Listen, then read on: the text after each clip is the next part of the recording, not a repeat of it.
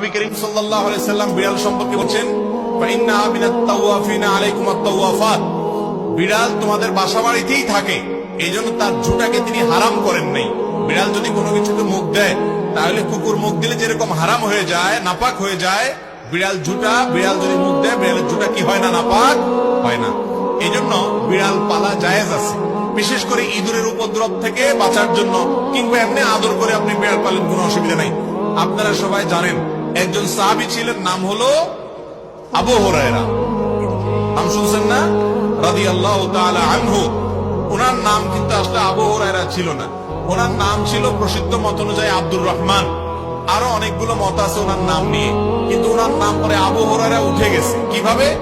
ওনার একটা বিড়াল ছিল, জামার হাতার ভিতরে এই বিড়াল ভরে অনেক সময় মসজিদে নিয়ে আসতেন। তো একবার নবী করিম সাল্লাল্লাহু আলাইহি ওয়াসাল্লাম তার বিড়াল দেখে, তার সবসময় তার সাথে সাথে বিড়ালটা থাকে, এটা দেখে তাকে বললেন, ও বিড়ালের বাপ। আবু হুরায়রা মানে বিড়ালের বাপ।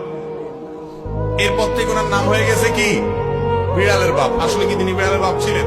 এটা কথার কথা হয়ে গেছে, রাসূল আকরাম সাল্লাল্লাহু আলাইহি ওয়াসাল্লাম মজা করে বলেছিলেন। তো তারপর থেকে ওই নামে তিনি পরিচিত হয়ে গেছেন। তাহলে তিনি যেহেতু বিড়াল পালতেন, নবী সাল্লাল্লাহু আলাইহি ওয়াসাল্লাম দেখেও বরং রসিকতা করেছেন, কোনো নিষেধ করেন নাই। তাহলে বোঝা গেল আমাদের বাসা বাড়িতে বিড়াল পালা কোনো অসুবিধা নাই।